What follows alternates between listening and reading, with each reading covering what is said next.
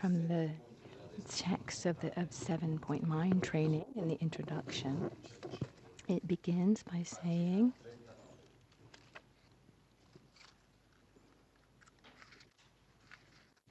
page 39 if you're following along,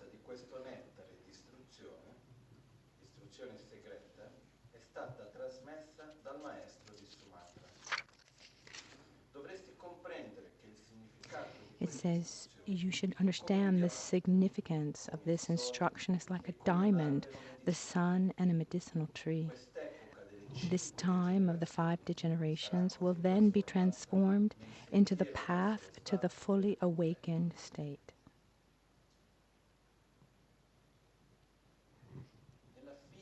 At the end of the 10th century, to be more exact, in the year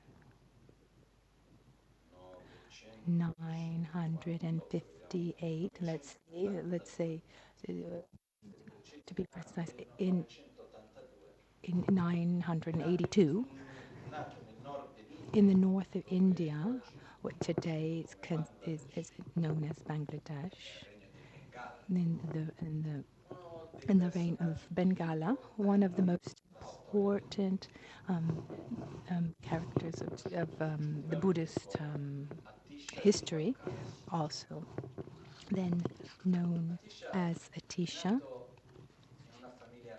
He was born, is Atisha Dimpara Shinjana. He was born as a prince in a royal family, and at a young age, he decided not to follow the life as a noble one, as a king, but he wanted instead to follow a life dedicated just to spirituality. So quite young, he left that kind of life and he dedicated the beginning of his life um, learning Tantra. And he dedicated many years early on,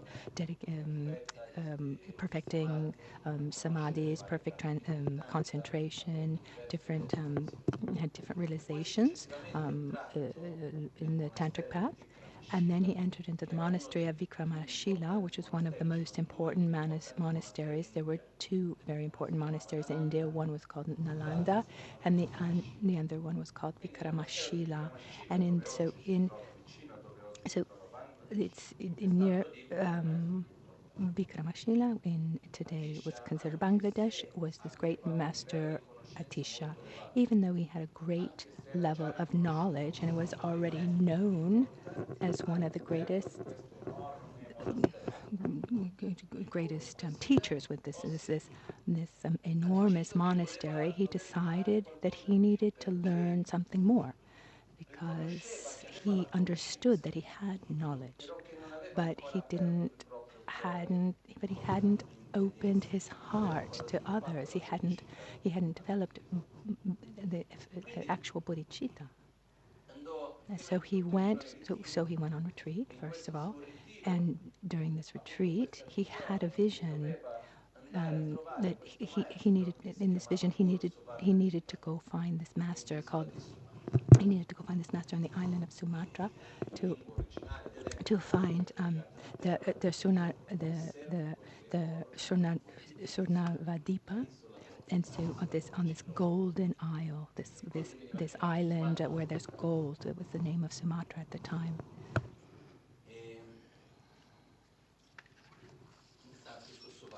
In Sanskrit, it's Surnavadipa. And I imagine at the time, and we were talking, at the year 1000, just imagine from India to leave to go to Indonesia. I mean, it's not like he saw the photo of his teacher, saw him online, and said, I want to know him. No, he heard that there was this great teacher. He had a strong intuition, and he left. And together with him, there were about 300 disciples, it said, that followed him. So it's not like it was. It's too high. I really have to lower the volume. So it took him about 13 months on a boat to go from Bangladesh to the island of Sumatra.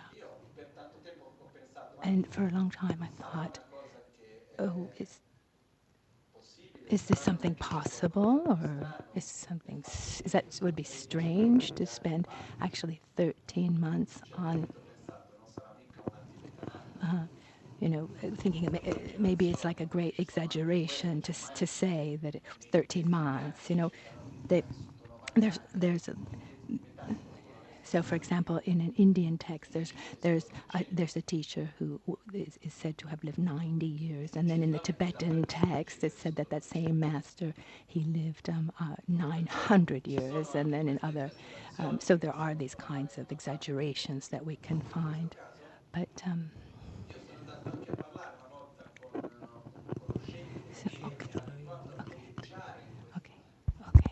So once I spoke actually to a sailor And he said that this is a really difficult sea to sail. There are uh, gr- um, great currents that can take you away. And then anyway, so there were these 13 months of travel that were very dangerous and tiresome. He finally got to Sumatra when he found Lama Serlimpa, his master Suvarnadipa. He asked him to receive teachings from him, not in a formal way, but even daily, outside of formality. Um, Even Lama Ganshen made the same request to Tsong Rinpoche as when he was his attendant, and he asked him if he could ask him questions about Dharma, even outside formal context of teachings. So, for example, maybe they're in a rickshaw on their way to market, and so Rinpoche could ask him questions about practices or healings or any kind of question about Dharma. Normally, it's difficult to have that kind of opportunity.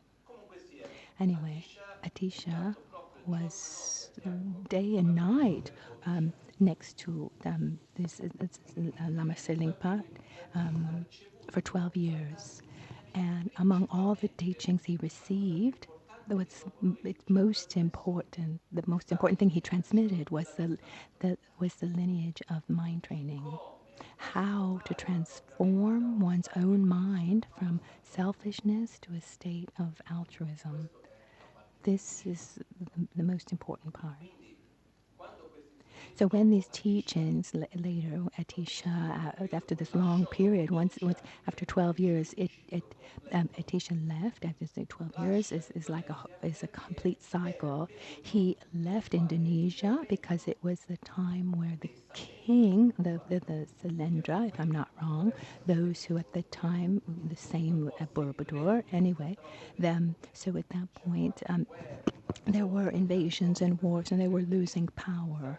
So it was this kind of a decline of the Buddhist reign in Indonesia. So it was dangerous. So let's say that, in the last boat, let's say Atisha goes back to India. And so it's a bit long to say to tell the whole story and all the details. But at the time, Tibet was made up of many small realms, like in medieval times in Europe, where there were various, um, um, there were like the lords, the different lords. It was like that in Tibet at the time. And one of these kings decided at the time that Tibet needed Buddhism. He himself was Buddhist, but Buddhism in Tibet was quite degenerated. The teachings weren't well understood because 500 years before Buddhism had arrived in Tibet, and it was quite strong, and then it had a noteworthy decline. And I think it was 4 monks or 12 monks. I'm in a moment of confusion here, but these monks were on retreat in the mountains, and they didn't see everything that happened when this king Langtarpa, who developed Tibet on a military level and on an economic level, but it was very against Buddhism. So he destroyed the monasteries, he destroyed state statues, he killed monks, etc. And once he was already deceased, this king, there were these few monks who had been in the mountains meditating. They came down from retreat, and they saw this total chaos, and they got together and they recreated once more. And this is the antique old tradition of Tibet called Nyingma. And there was also the great translator Marpa, who went to India several times. He received teachings from Naropa. and the Kagyu lineage comes there. And then there's also Sakya Pandita, who is the head of the Sakya tradition. At the end, in the 11th century, we had this king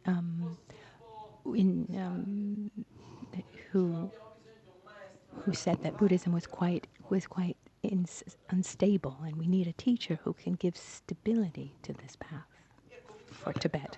And so he started a fundraising campaign to invite a great teacher from India, and he had heard about Atisha. And here, I mean, he had heard about him, but it's not that he read his book or some of his writings, or he had heard that he was just one of the greatest teachers alive in India at the time.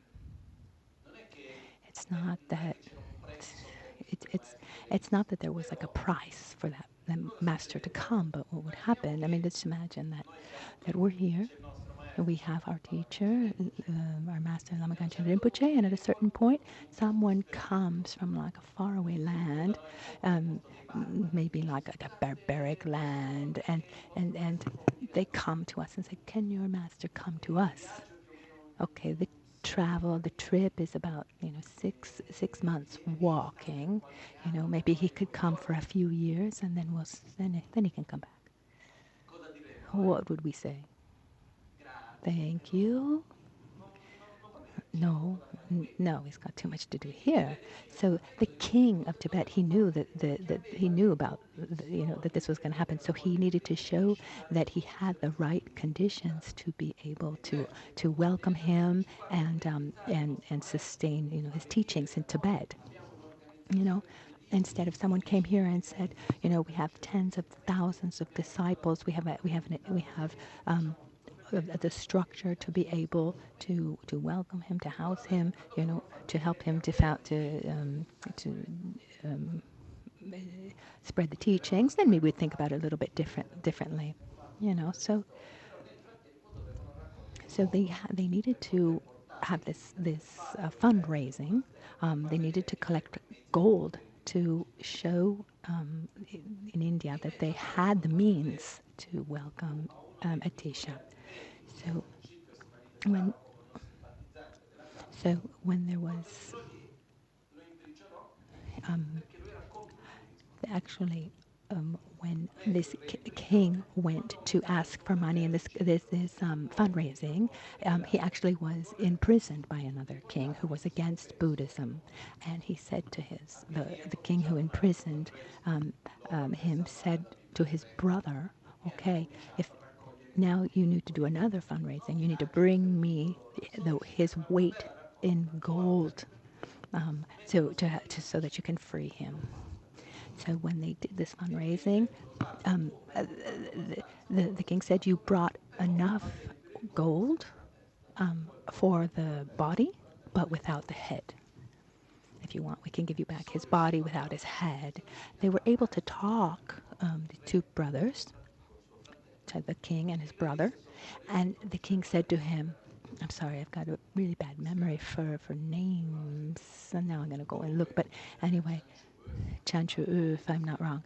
Anyway, he goes, the brother, he says to his brother, the king, he says, "My life is not worth that much anymore. I'm quite old. I've done a lot. What's important now in my life is that Buddhism can develop in Tibet, can grow. So please take all this gold that you got to save my life, bring it to Lord Atisha as an offering. Bring him the gold, but also bring him my life as an offering, so he can come to Tibet." And so the brother left. He went to India, and the fact that the king had actually given his life for Atisha to come was worth much more than the gold that they were offering. During the retreat of Tara, that Atisha did, at the end,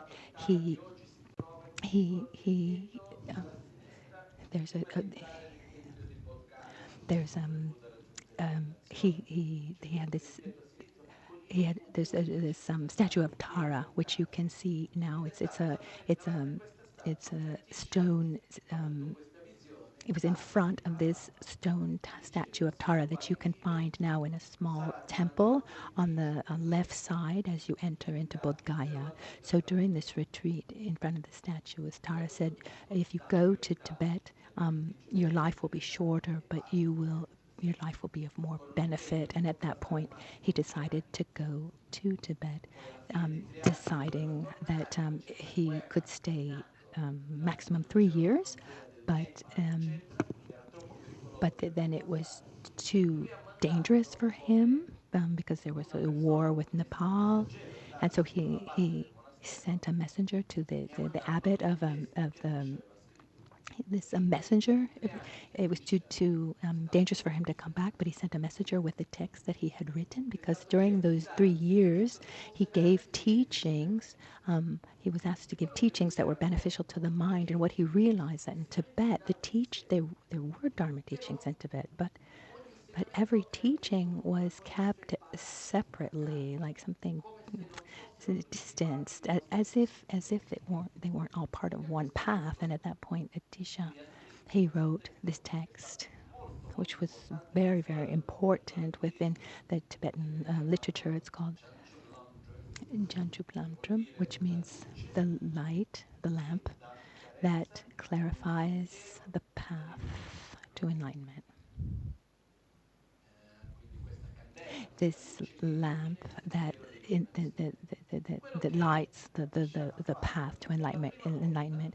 And so what Atisha did is, the first time what he did is he took all, with a very vast vision, he took all of these teachings and put them together as if like a kind of manual, step by step. First you have to do this, and then secondly you need to do this, and the third, and then you need to do this. And he was step by step, like a manual, putting together all the teachings. And when the abbot of Vikramarashila saw the text, he was so touched, the one sent by the messenger. He said, if a great master like Atisha had stayed here in India, he would have never written such a marvelous text. Because in India, Buddhism was so well known, it was just that he would have never made a step-by-step manual. He would have, followed what was normal there. So even if he had spent another 50 years in India, he would have not been as much benefit to Buddhism as the few years he was in Tibet. So I release him of this commitment to come back, those 3 years where he was supposed to come back. So, and actually, he spends a total of 12 years in Tibet. Even he passed away in Tibet. So this text, the path that clarifies, the lamp that clarifies the path to enlightenment, is known as the Lamrim. And afterwards, there's Lama Tsongkhapa wrote his extensive version of the Lamrim, etc. It's based on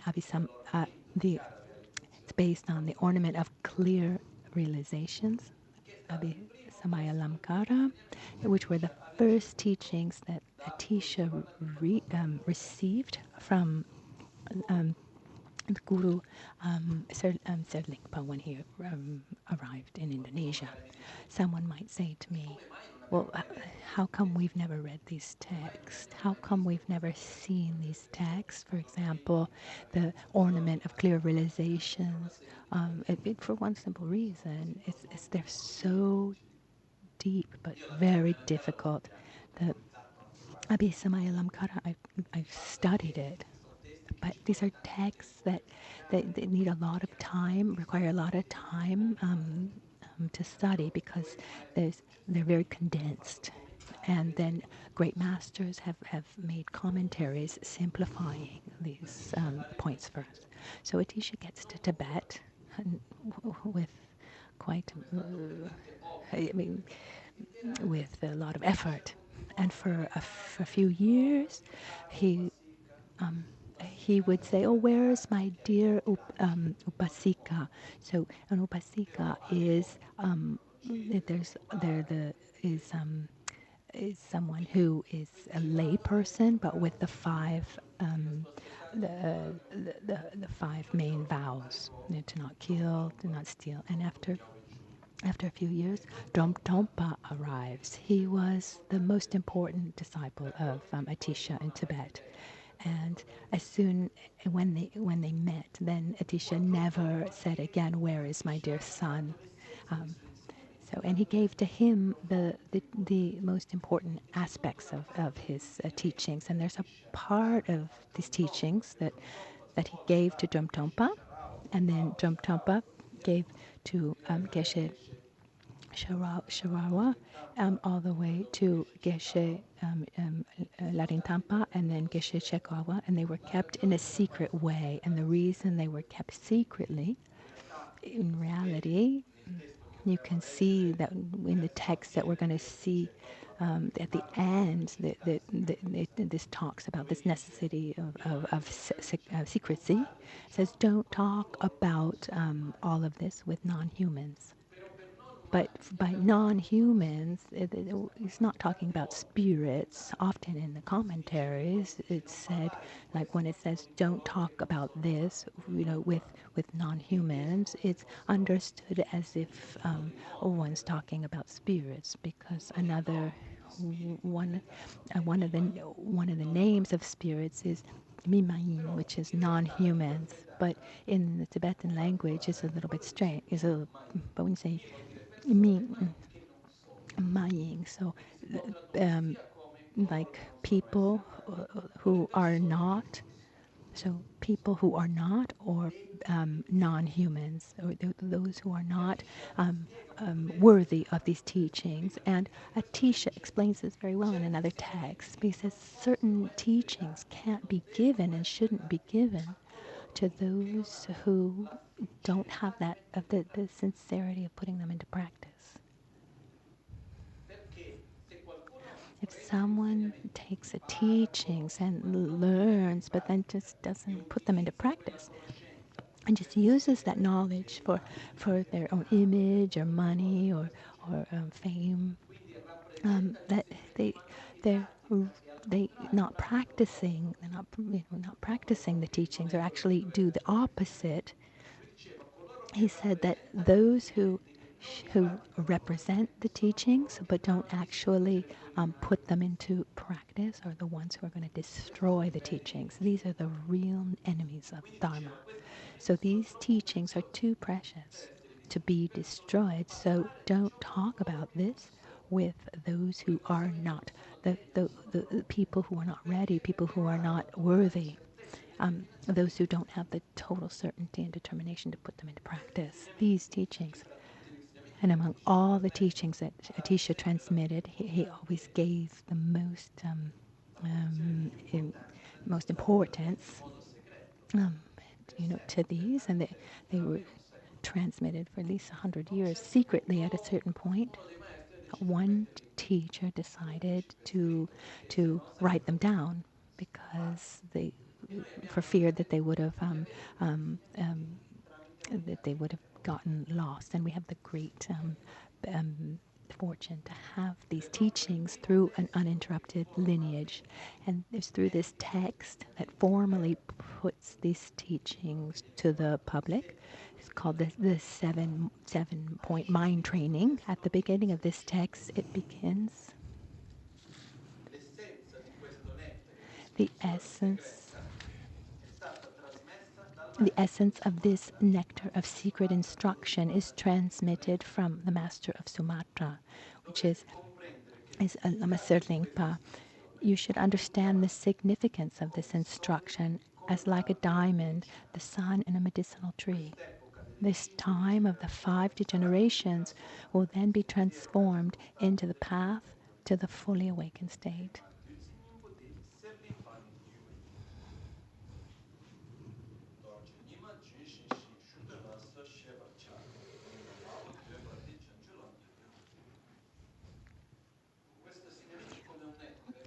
So nectar these teachings like a nectar because they have the ability to cure, not just pure, but nectar.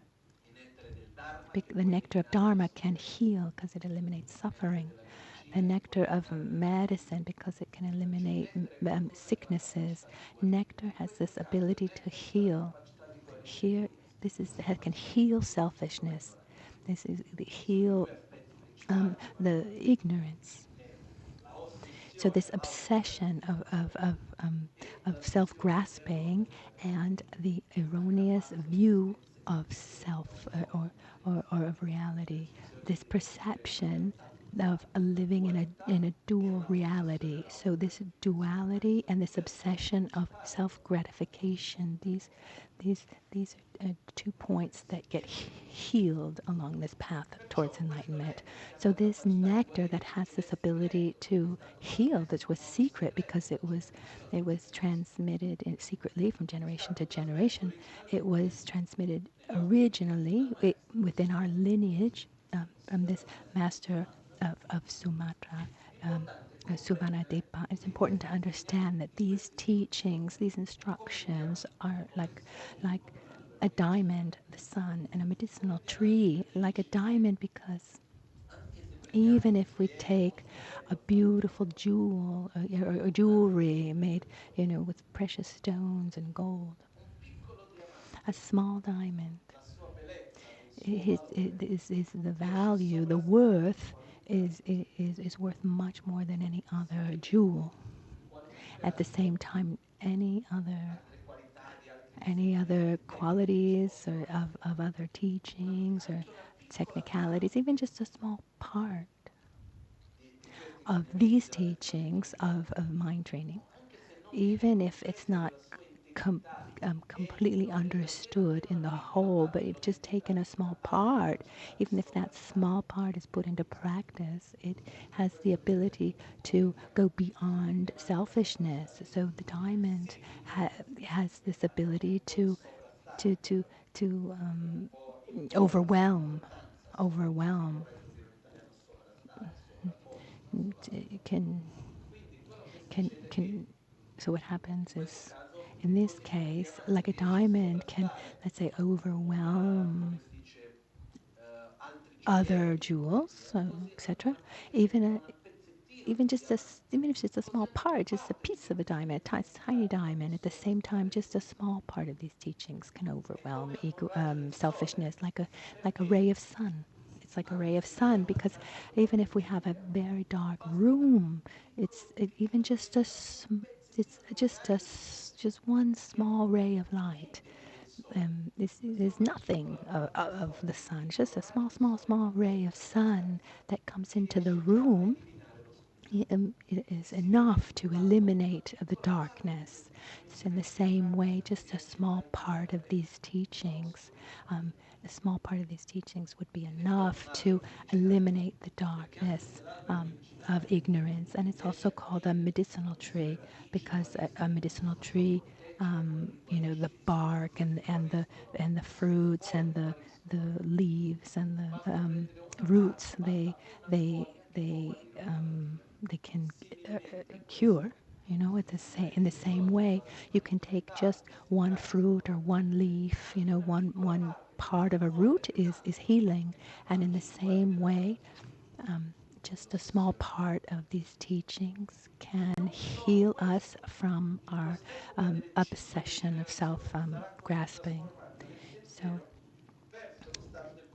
in this time of the 5 generations will then be transformed into the path to the fully awakened state. So to practice the spiritual path, we need many conditions. We need to have the minimum material needs. We need someone to guide us along the path. We need to be free of types of distractions. We need some necessary conditions to be able to practice the spiritual path. In the Vajrayana path, for example, the conditions to practice are many. And there are many aspects There are many aspects of the teachings that require a lot of necessary conditions, and in these degenerated times, these conditions are more and more rare. For example, to you know, first of all, you need to have the time to study to gain theoretical understanding about things. You need to be able to know things, to reflect on things. I mean, tell me who has time these days to spend 15, 20 years studying Tibetan philosophy. I mean, we don't have external conditions or not even internal conditions. I don't know who has the ability to really, let go of everything and just dedicate themselves exclusively to the studying. I mean, there's some parts of the teachings that are difficult to practice because in these degenerate times, I mean, it's difficult. It's more and more difficult to have these necessary conditions. There are five degenerations. There's the degeneration of time, which is always shorter, has less worth. There's the degeneration of the environment and of food that nourishes less and less, a degeneration of sicknesses, and the degeneration of beings that have mental defilements that are always stronger and stronger, different types of degenerations. And if when we look around, I'd say that we are here in all of these degenerations. So to practice the Dharma well is really, really hard because it's hard to create these favorable conditions, to have the mental space, the concentration. But the teachings of the Lojong teachings and mind training have a very special characteristic. The stronger the degeneration is, the better the conditions are for practicing mind training. That's why here where it says,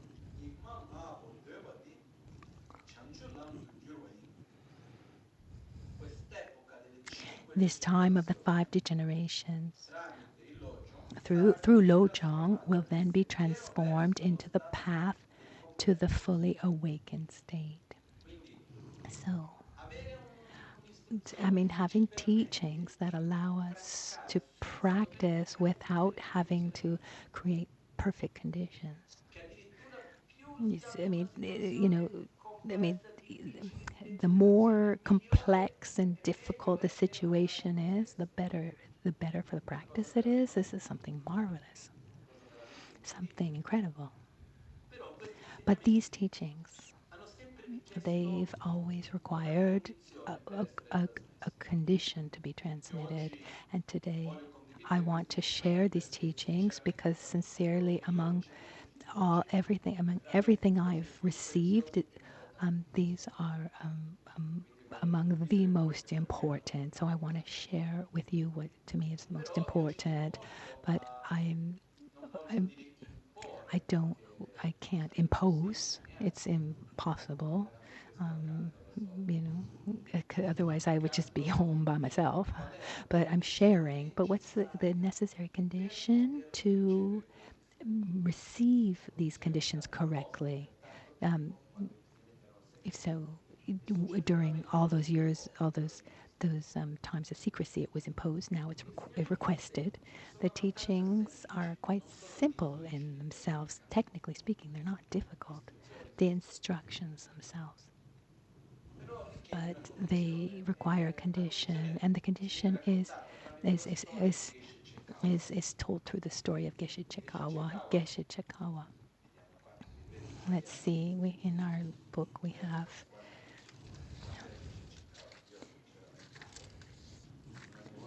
For let's say, when was Geshe Chekawa? I have such a bad memory for he was born in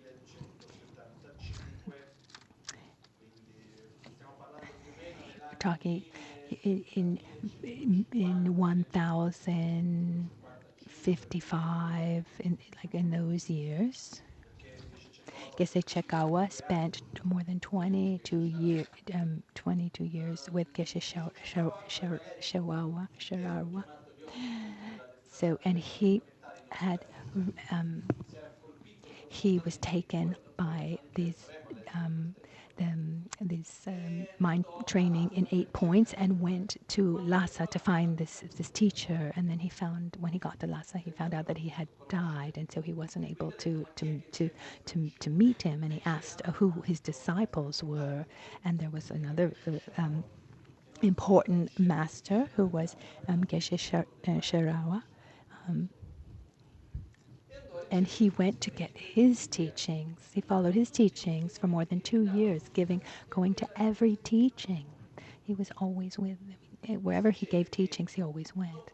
And after 2 years, he was a bit confused because he didn't see any teachings that had anything to do with mind training. And one day he went to Geshe Chekawa, who was doing a circumambulation around a stupa, and he went up to him and he said, "Oh, master, can I ask you a question?" He said yes. He took off his cloak, he put it on the ground, and he asked him to sit down.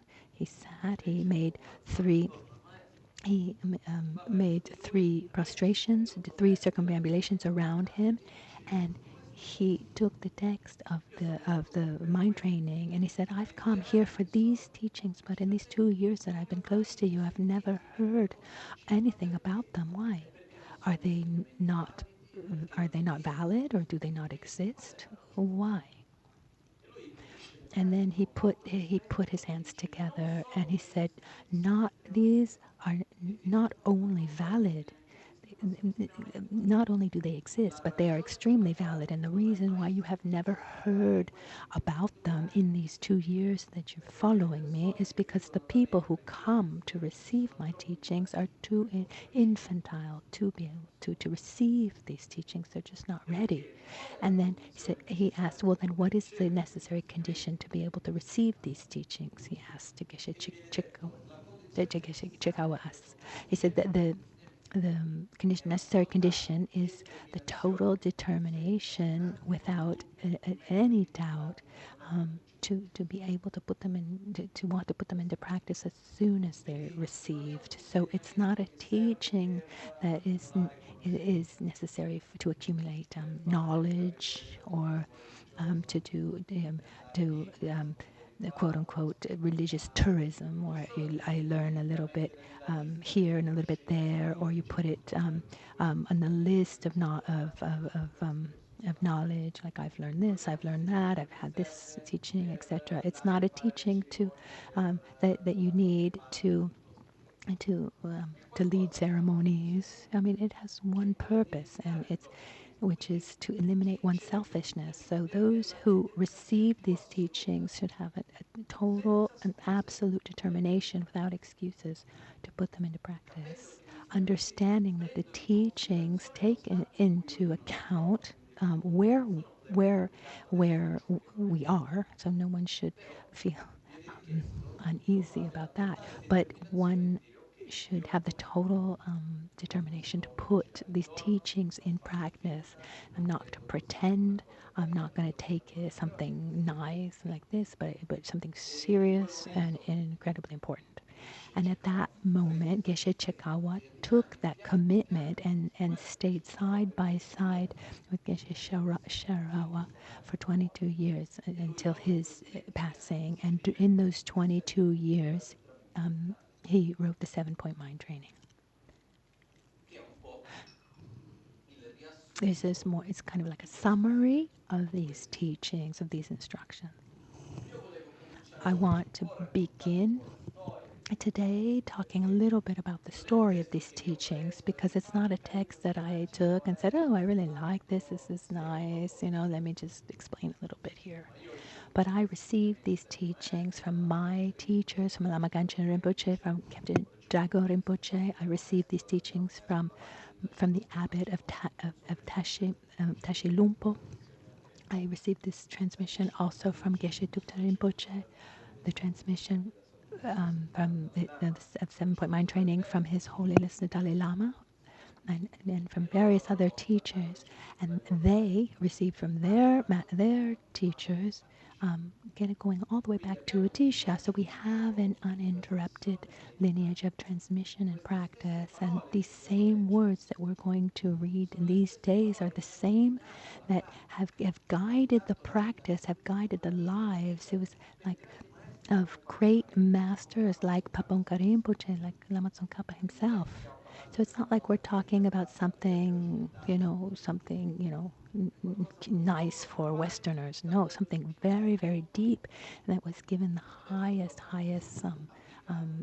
importance and worth. And it's up to us now to put these teachings into practice. There are a couple teachings that I'd like to share with you. A few years ago, um, um, we made this booklet, and we've online. You can download these teachings. This is a small collection of works, but among the most important. And I'd like to start with the first one because the texts that are here, they're in chronological order of the um, um, uh, chronological order. So the first one is a text written by Atisha, the Jewel Garland of the Bodhisattva. And then there's the 8 verses of mind training written by Laring Tampa. And then the 7-point mind training written by Geshe Chekawa. And then there's this last text is called The Medicine to Vomit the Inner Tumor of Selfishness. And this text, for me, is like let's say it's prohibited for minors under 18 years old. I mean, it's a self-criticism written by Panchen Lobsang Gyaltsen. I really like this text, but it's strong. And if you don't have a base, a foundation first, maybe it can be understood in the wrong way. So it should be faced once one has a foundation. So we have these 4 days, and then we see what happens next week. We'll see how many days of the week we can continue, so that we can give continuity to these teachings. So we're on page 24. No.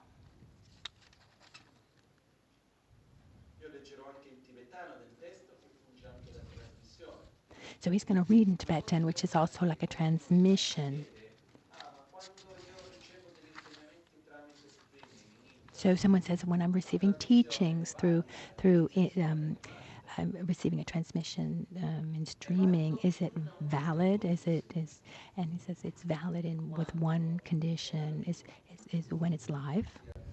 So I'm speaking, and now in this moment you're listening, and when there's the awareness on the part of he who is teaching, so he who's transmitting is aware of those who are following and can mentally connect to each one.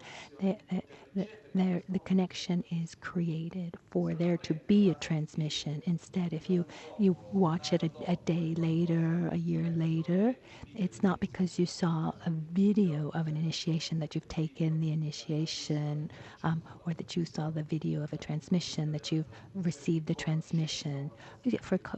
For knowledge, yes, but a real transmission of a text, if it's done if it's done live, with this double awareness of the stories even of very traditional masters who were able to give great transmissions by telephone. So if you can do it by telephone, why not by internet? But what's important is that you need to have this awareness. So here we are.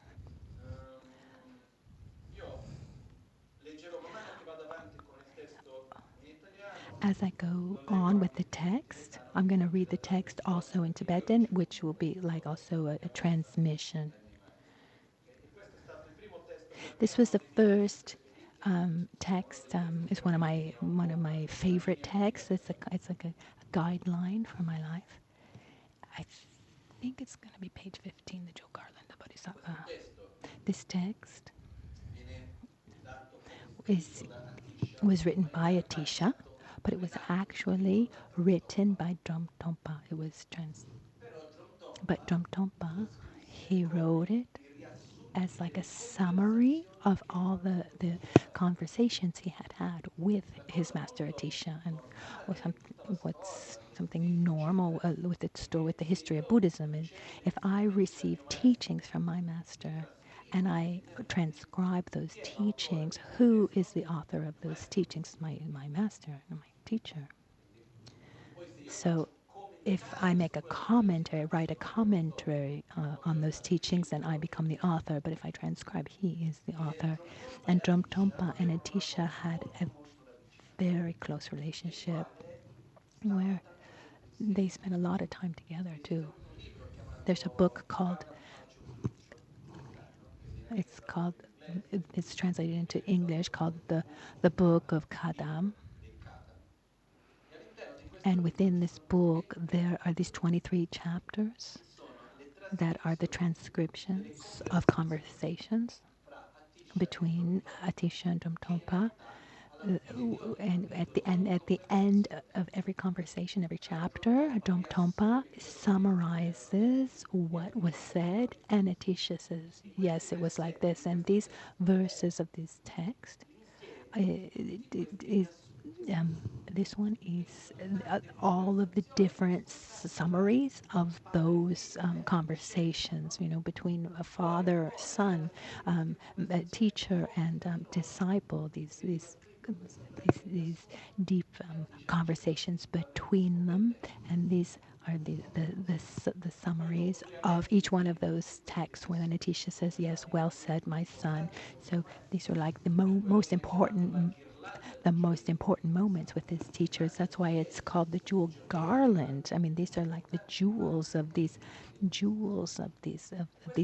moments of these teachings. And it has also a particular aspect, being a garland. Um, you can take, even just 2 lines. 2 lines would be enough to, spend your whole life practicing. They're, they're even separately, they're complete. So now let's begin.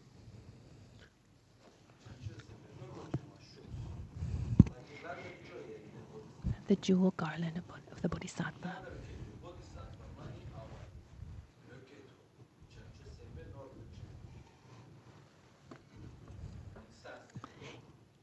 In Sanskrit,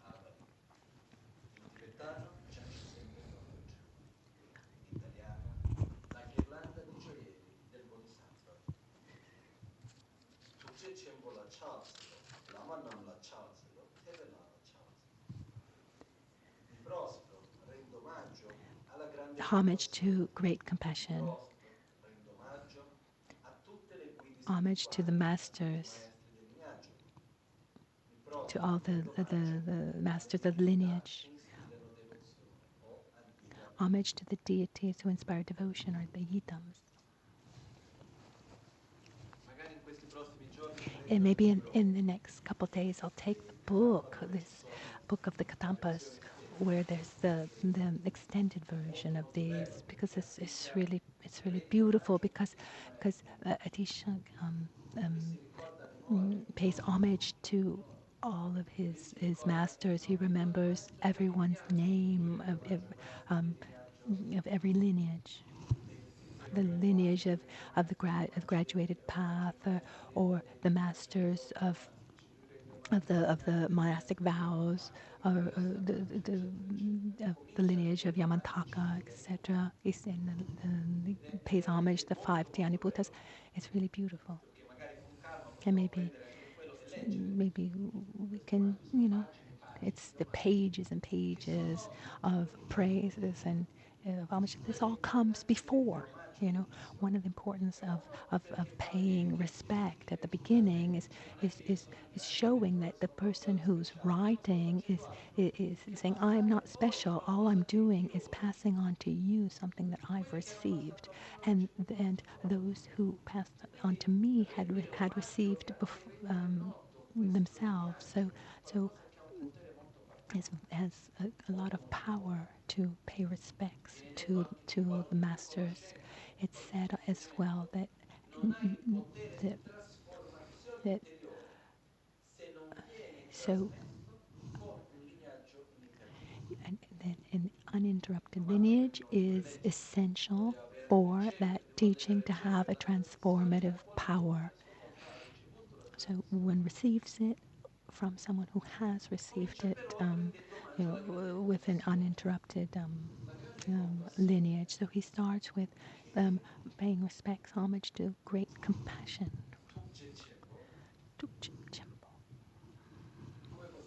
How could we translate that? Chempo means the great mind. Tuk is the honorific of mind in Tibetan. The word Sem or Yi means mind in an ordinary way, and the honorific form of a Buddha, of a master, someone important, the word Tuk is used. Tuk Chechempo. It means the great mind, the great inner state that is seen like seen as the great state of love and compassion. It's not simply compassion. It's like the union of Maitri and Karuna. This inner state that has a strong desire and determination to help every being without exception, to want to take every being without exception, to take out of the state of suffering, and and and and so one's priority becomes helping every being, and so one realizes that he has no other choice but to work towards enlightenment. There are no other priorities. It's not eating or sleeping. There's no me or mine. My absolute priority, my total priority, is the well-being of every being without exception, and this is a great compassion. In the text of Chandrakirti, with the commentary with Lama Tsongkhapa, the Umagompa Rapsal, which is this is a clear explanation of the middle way, the Madhyamika, which is a commentary of the text of Chandrakirti, of entering into the middle way, which is a commentary of Nagarjuna's text, Umasawarsher, which is the root of the wisdom of the middle way, which is also a commentary of the Prajnaparamita of Buddha Shakyamuni. This is a lineage goes like this as the centuries go by and our ability of understanding changes. So the masters are the bridges between epics, times, helping us chew. They chew more and more and give us more clarity. So if you take like the Perfection of Wisdom Sutra, they're marvelous, but it's difficult to understand if there's not someone who explain it. If you take a text of Nagarjuna, maybe you understand a little bit more of the text of Perfection of Wisdom, and the text of Chandrakirti, you understand even a little bit more, and then Lama Tsongkhapa, you understand even more clearly, but that needs a commentary too. This is a lineage more or less, and so when when there's the commentary here. At the very beginning, there's this homage to great compassion, Maitri Karuna, this strong aversion to the suffering of every being, and this strong attraction to the happiness of all beings. It's like water. It's defined as water. If we take a seed, for example, the seed represents our potential of enlightenment. But a seed, no matter how pure it is, no matter how powerful it is, if it doesn't come into contact with the water and soil and sun, it stays closed up. We all have this potential to reach enlightenment, But this seed of enlightenment is not able to sprout without water. What's water? Water is love. It's the love and compassion. And when we develop this love and compassion, Maitri and Karuna, these deep feelings of, of desiring the happiness of others, this deep feeling of wanting to be free of suffering. This it allows that seed of enlightenment to sprout, and this is where it's when we enter into the stage of accumulation, we start onto the path with this power of love. This small sprout to grow also needs water, like a seed needs water to sprout, and for that sprout to grow even more, to become into a tree, it needs a lot of water. And similarly, once sprouted once once bodhichitta has sprouted within us, we need a lot of water, because it's love and compassion that are going to give us the strength to grow along the path all the way to enlightenment. What gives us the strength to walk along the path, the gas, let's say, that allows us to follow this path towards enlightenment, is always love and compassion. It's like water that allows that sprout to grow into a great tree. Once the tree has grown strong, for it to give fruit, it still needs water. It's always water. It's the same water that sprouts the seed, that allows that sprout to grow into a tree, and then allows that tree to bear fruit. So this seed of illumination is sprouted thanks to love and compassion. It's the same love and compassion that allows us to start walking along this path. And for the Buddha, it's still that love and compassion. It's the love and compassion that lets the Buddhas actually act with for the benefit of sentient beings. So it's essential at the beginning, during, and after, because it allows beings to enter into the path, develop themselves, and practice. It's always that love and compassion. So we begin with this homage to great compassion.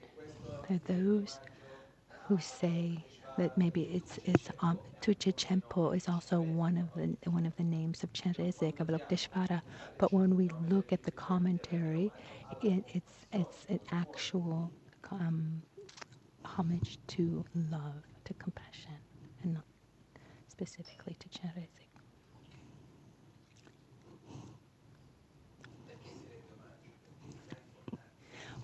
Why are we paying respect? Because we're giving importance. There's also an act of humility. So paying respects is very important, because when we pay respects, we're giving value. When we give value to something, then we follow, we can develop, we're able to bring that thing which we pay respect to, bring it too close to our lives. From these great masters, from Atisha to Nagarjuna, who did they pay their respects to? To compassion, love. After this,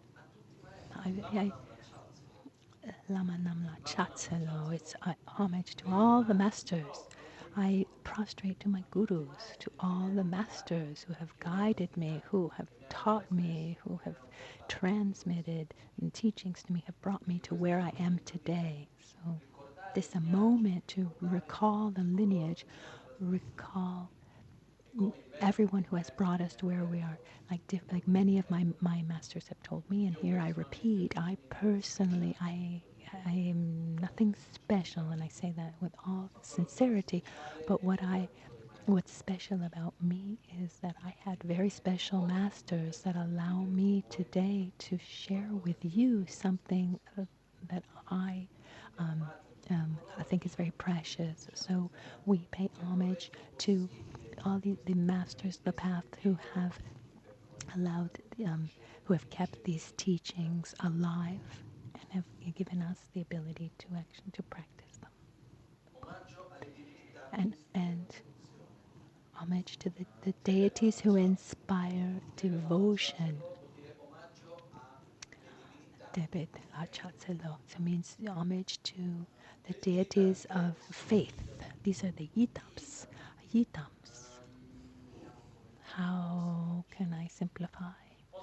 They can be seen in different ways as emanations of a Buddha to guide us along the path. But a yidam is also a method, it's a system. It's like a complete system in itself towards the system of enlightenment. And many masters have said and still say um, now too, they're manifestations of the sacred, and when we're able to connect with them, it's as if we're connecting. If you want to be a little bit more materialist, it would be like connecting with an archetype. And when we connect with these Buddhas, this connection allows us more easily to develop those qualities along the path. And Atisha had four principal main deities of inspiration. This Katamlashi, this so Buddha Shakyamuni, a Green Tara, Avalokiteshvara, and Myowa. Myowa is an emanation of Buddha Kshobhya, irate. It seems like Vajrapani, but instead of a Vajra has a sword in his hand. So these are the four main Gitams or deities of Atisha. And so he's not paying respect only to his masters, but to the sacred emanations of Buddha who accompany him along his path. And even here, and here still, in the commentary, there's a list of all the divinities. It's really, really beautiful. The divinities to whom he pays respect. So this is the introduction. Let's remember that these verses, we could say that Atisha opens them to then give the various instructions. And let's start with the first one. Remembering that this text is it's a compilation of like summaries of conversations that were it was like advice from heart to heart advice between Atisha and Trumtopa.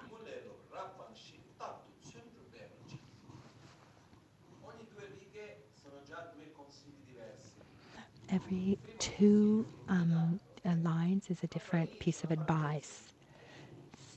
So at the very beginning, it says, put aside all doubt and hesitation. Put aside all doubt and hesitation. And take delight in earnest practice.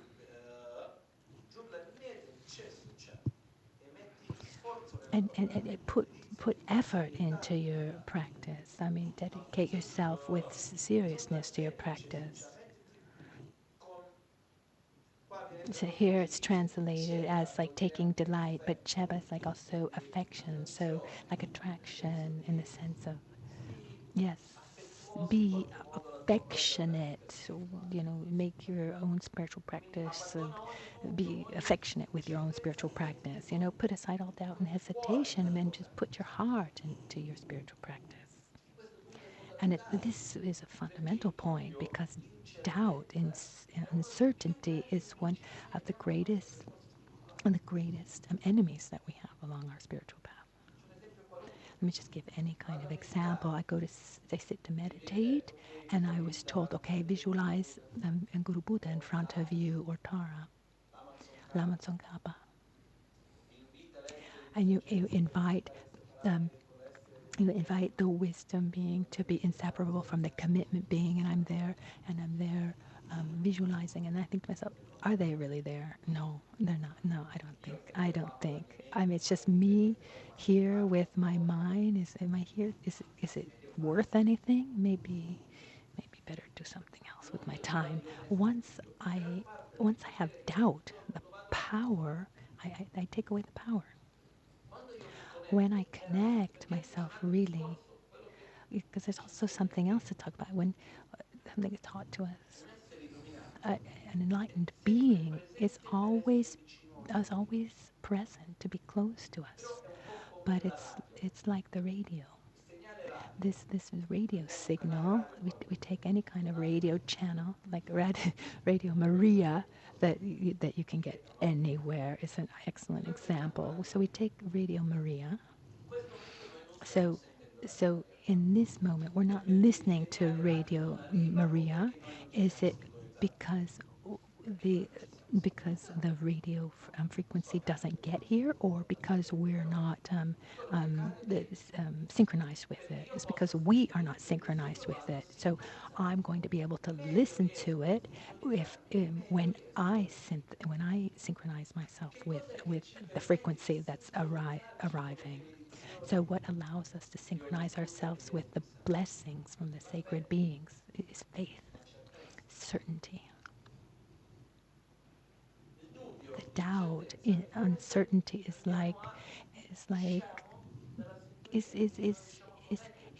not being able to connect, is going out of not being synchronized. So it's fundamental to abandon all doubt, because it allows us certainty. It allows us to create this connection, and then in our lifetime we have so many distractions. There's so many things that people can do, not do, and life goes by so fast. And 100 years seems like such a long time, but there's so few. Even in Atisha said in other contexts, is during the day we're distracted, at night we sleep.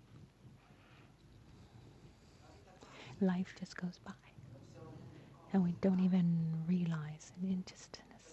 So we do, to not,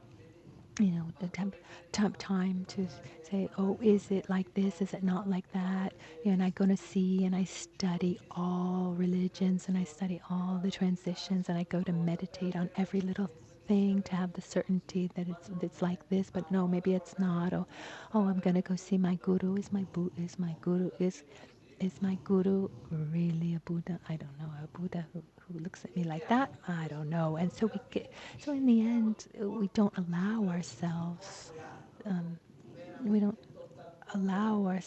to be present with body and soul, because we're there. Oh, maybe, yes, no, because maybe it will be this and that, and and we're just stuck in doubt and uncertainty. Faith is fundamental, but not blind faith. In Tibetan, when I studied, they taught us 3 types of faith.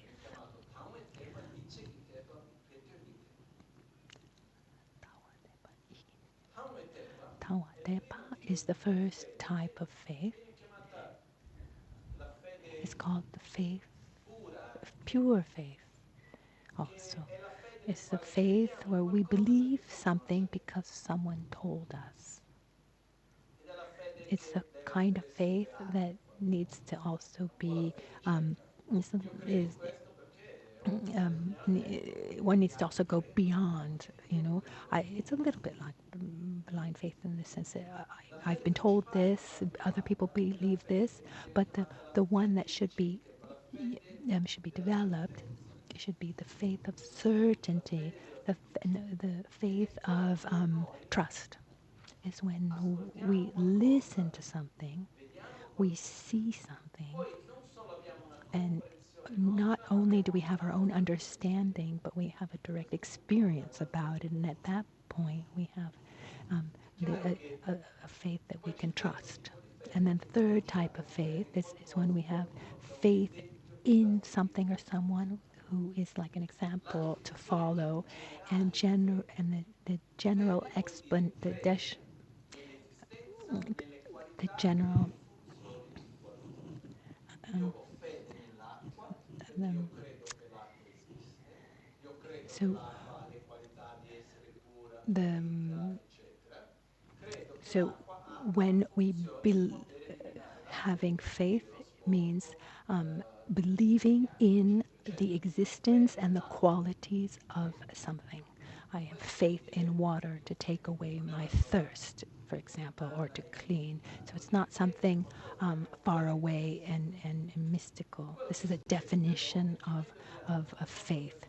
Believing that something exists, and then believing in those qualities, that it has those qualities. But we need to follow our direct experiences. We have to follow our logic. And once we have found a path, once we have found a teaching, a path where we feel sure, where we see that the teachings are logical and they work for us, where we're able, we feel that our heart is touched, and we need to follow. We shouldn't follow right from the beginning. We should take time to analyze, to research, really deepen. I think that when it's said that before taking refuge, one should wait 12 years. That's not that's not too long. It's really not too long, because I see, taking really deeply taking refuge. I mean, putting oneself really in the hands of the guru, having a deep trust, it needs much more than 12 years. It's not so immediate, so simple. It's something that needs to be cultivated with time.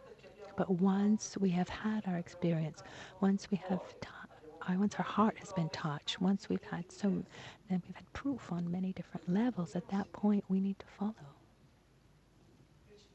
Instead of being there like, oh, it's working, it's not working, or how is it not, no, here. So we need to put aside all doubt and hesitation, and with love practice, you see it's the right thing to do, go for it, and don't just sit there say, oh, I love it, it's so nice and beautiful. No, go without fear, without being held back. Start walking, go. So put aside all doubt and hesitation, uncertainty, and take delight with the certainty and seriousness.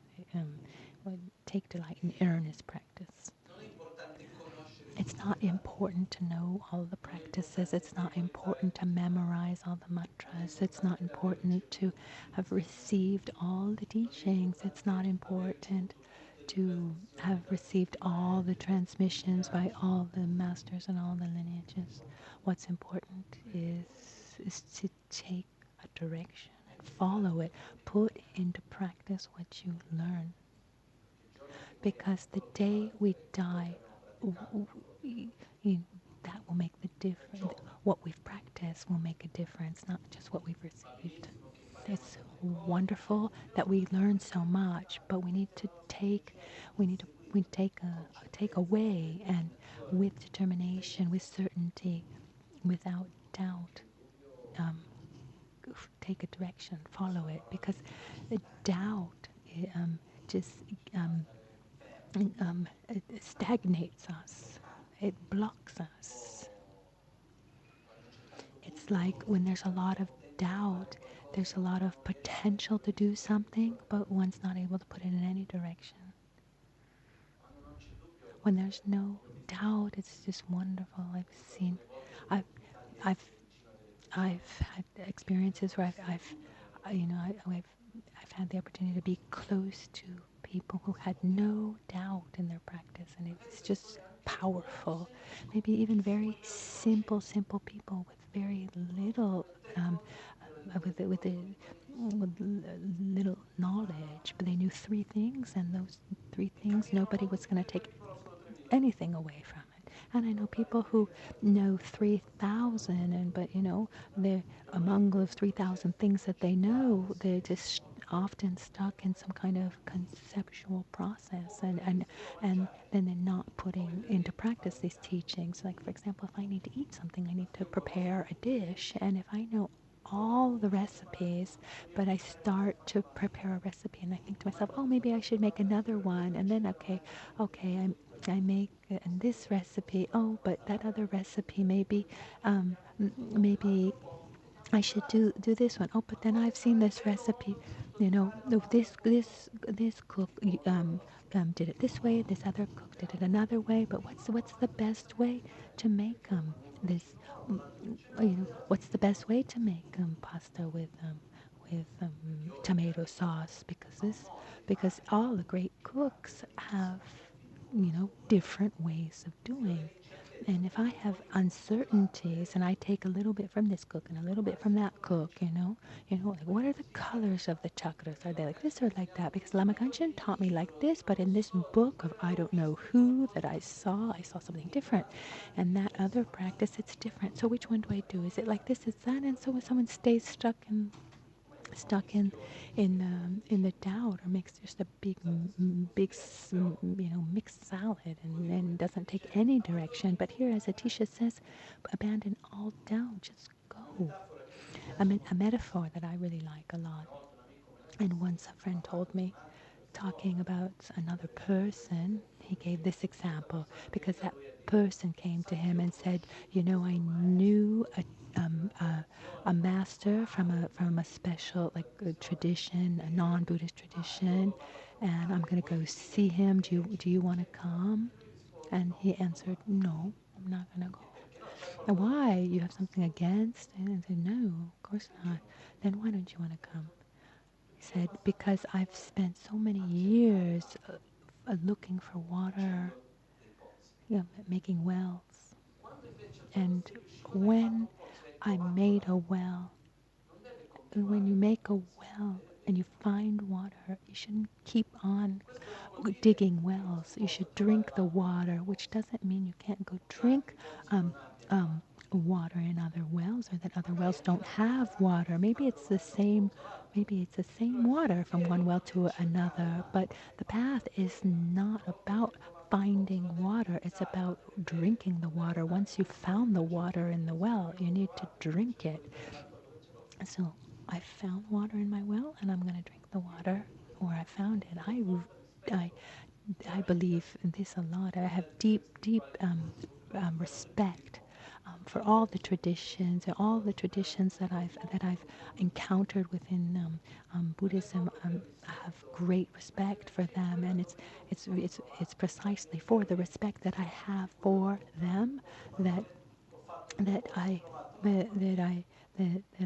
I don't mix everything, but that I stay with the water that I have found in my well. But if we're about to drink, our water, if we're about to drink our water and we start thinking, oh, but that well, maybe it's not as deep as our well, or maybe that water, et cetera, et cetera. So maybe, and then we just spend our time passing from one well to another without ever drinking the water. So Atisha says, put aside all doubt and hesitation and take delight in this practice. Put every part of your being into your path. This is very important.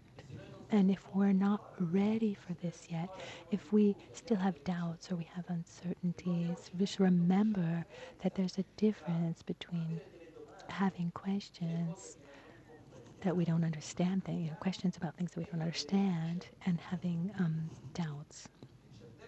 The uncertainty is it, should I go, should I not go, is it like this, is it like that? Doubt instead is I know that I don't know that thing, and so I can allow myself the space to understand it better. When I'm in front of something that I don't know, I try to understand it, and in the meantime I just put it on the waiting list because I shouldn't have the pretension to like expect to understand everything right away. While I was studying, different times, so 3 times I remember specifically where I was faced with something I was just not able to understand, not able to understand, and I put it on a waiting list. And one thing in particular, it took me 2 years. Um, um, 2 years, and then one day I was with my teacher of Tashi Lumpo, and I asked a question that had nothing to do with this, but then poof, then I understood it. I understood that thing. So when there's something that we see that we don't understand it, we put it on a waiting list. And then we keep close our certainties, the things we have understand, without the fear of making a mistake, without the fear of not being on the right path.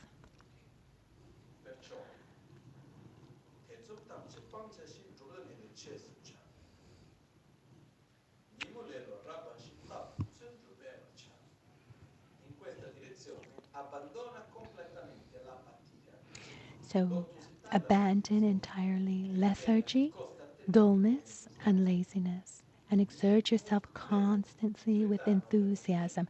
We have ni, is like sleep. It means like sleeping a lot. In other teachings, Atisha talks about the importance of not sleeping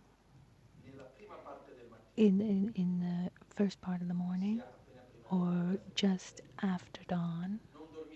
Don't sleep during the day, and don't sleep in the first part of the night. Or like one should go to sleep just after sundown, and one should wake up just before dawn.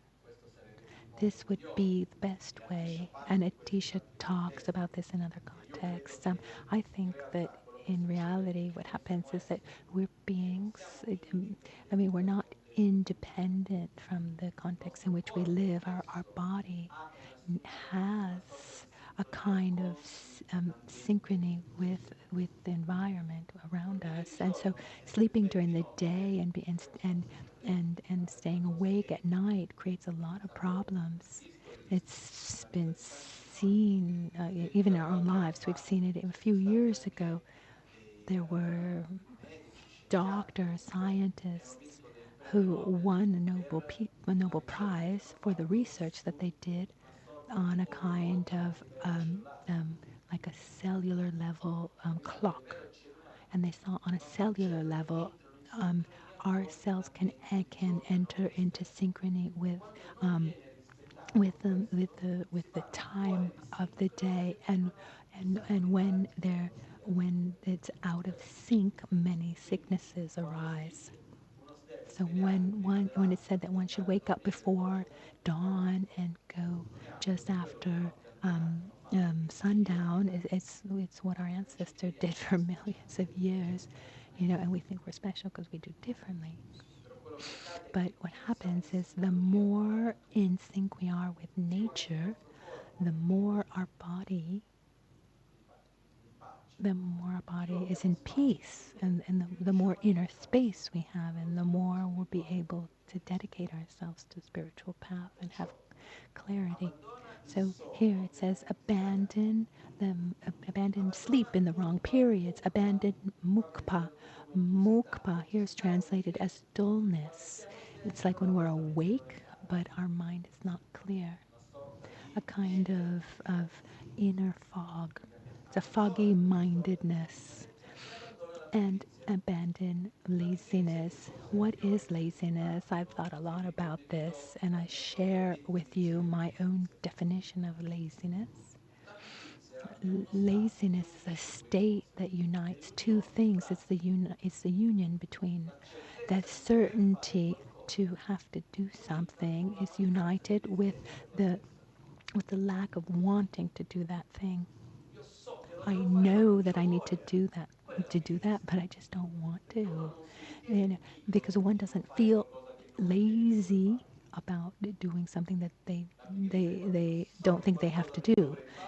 It's laziness when we know we should do something, but we don't have any desire to do it. So at that moment, then we're lazy because we just don't want to. We're not able to. So when we talk about laziness, that's what we're talking about. This shows us that laziness, that it's just not enough to know. I mean, we're made of deep habits, and so laziness needs to. How can we combat laziness with effort? And where does effort come from? From desire, from aspiration, and aspiration comes from faith. And tomorrow we'll talk more about this, because if I start this subject, this is quite deep. If I recognize that I'm lazy about something, like I know I should meditate more about something, so I don't, in the end I just don't do it. Why don't I meditate? Because I don't feel like it. Why don't I feel like it? Because I don't desire it. Why don't I desire it? Because I don't believe in it. If I saw the importance of it, if I saw the importance of it, I would do it. But if we can't desire something that we don't believe in, and we'll never put energy into something if we don't desire it. So it's very clear that effort depends on aspiration or desire, call it aspiration or desire, and which depends on faith, this believing in that thing. I could have, that could be, all the thirst in the world, but if I don't believe that water would quench my thirst, I'm not going to do anything to get water. But once I believe that water quenches thirst, and I'm thirsty, I'm going to do everything possible to go find water when I'm thirsty. So tomorrow we're going to go, we'll look more in detail on how to face laziness. But today I wanted to do an introduction, to make an introduction, a little bit about the story, the history of, and these first lines. So we put effort and we delight in the practice, is fundamental. If we have this foundation, then everything else comes more naturally. If you don't have this certainty, this determination, if we don't have this connection, this faith, then everything else becomes more difficult. It becomes is less fluid. Now let's make our dedications for today. Tomorrow we're going to continue with this text, without any hurry, because these texts are so important, and we don't have the pressure of having to finish it in 2 days, 4 days. I just ask each one of you to reflect on these 2 verses and on the great fortune we have to come into contact with these teachings and to generate within ourselves this determination to put these teachings into practice. This is what I ask you to do.